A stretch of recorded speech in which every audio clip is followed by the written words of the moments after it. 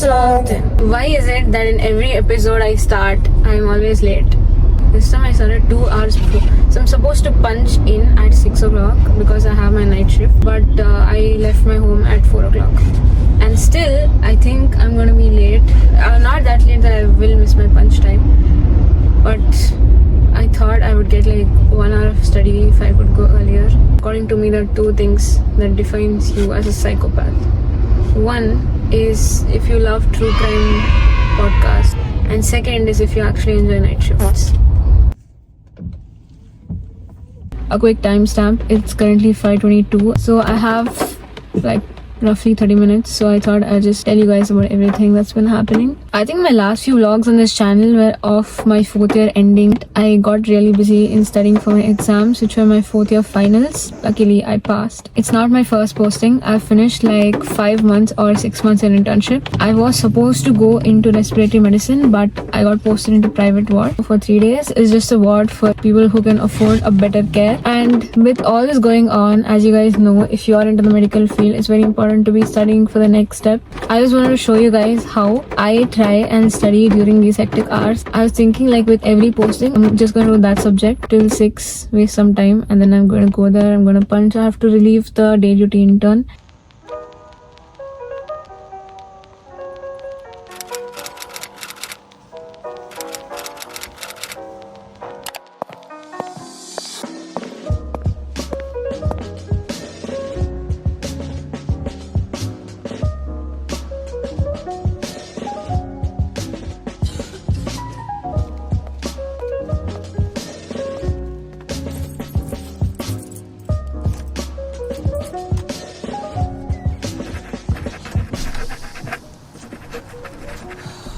So first thing that I would recommend everyone to do is look over all the case sheets, see what all cases are there in the ward so that you can help people in case of emergency. Make a note of all the medications that are going on and everything that you have to do, like checking BP 4th hourly or monitoring somebody's temperature. So what I do is I write name, then I write their room number next to it, diagnosis, and whatever management has been done or has to be done. For example, they posted for an OT tomorrow, so then what I have to do. So it's like having a single sheet with everything, so that kind of makes it very easy.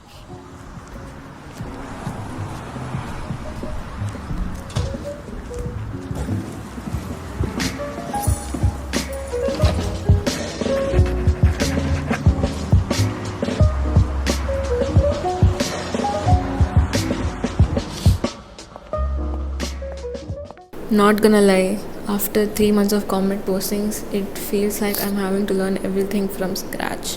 Comment postings, anything is so basic, like you just take care of the patient, you know, a set of medications are available, then you write that and you give, or you're just out there doing data collection and, you know, campaigns and stuff like that. But then you come to the hospital, it's very, very different.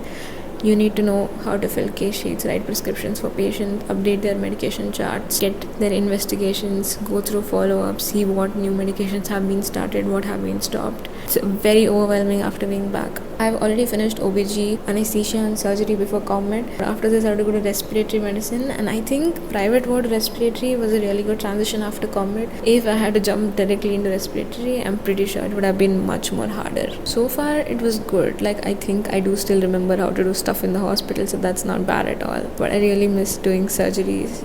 I obviously didn't do any surgery. I miss doing like surgical stuff like suturing.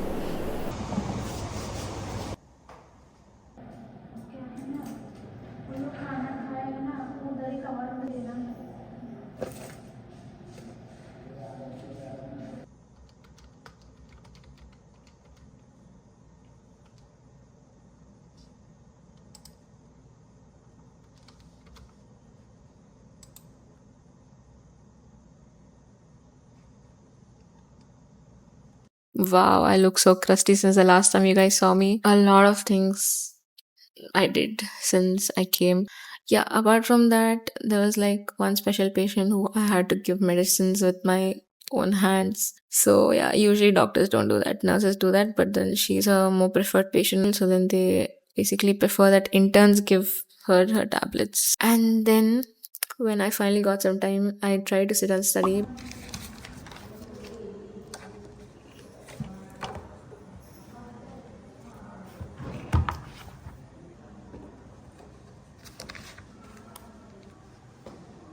important thing that would motivate you to study during such a hard time is basically to have in mind what you want to study. So if you have a clear topic that you want to read, then you know what your goal is. So then you're determined to finish that. So then you'll study that. But if you're just cluelessly, you just put respiratory medicine in your to-do list. So then what are you going to study? You will not find the motivation to study because there are so many topics in respiratory medicine. So if you want to study something in particular, like say you pick out 10 such topics that you want to finish overnight. For example, you take bronchial carcinoma, pleural effusion, bronchiectasis, bronchial asthma. So then you know you want to do these four topics and then that'll be your focus for the rest of the night. I'm going to do respiratory medicine today. That's not how that works.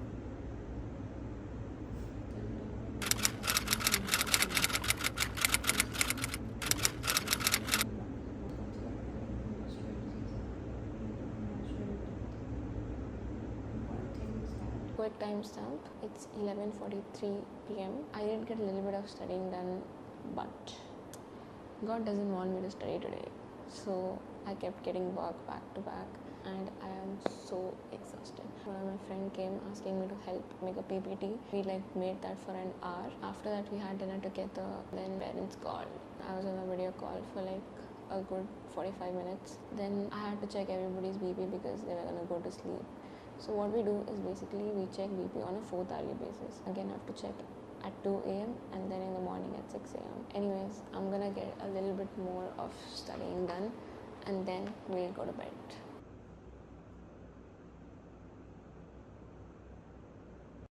Another thing that I've actually learned about effective studying is basically doing active recall and a lot of questions. If you're studying for MCQs, just reading the question is not enough. You need to solve a few MCQs. You need to get them wrong so that you know where you were wrong and you will remember it better when you were wrong.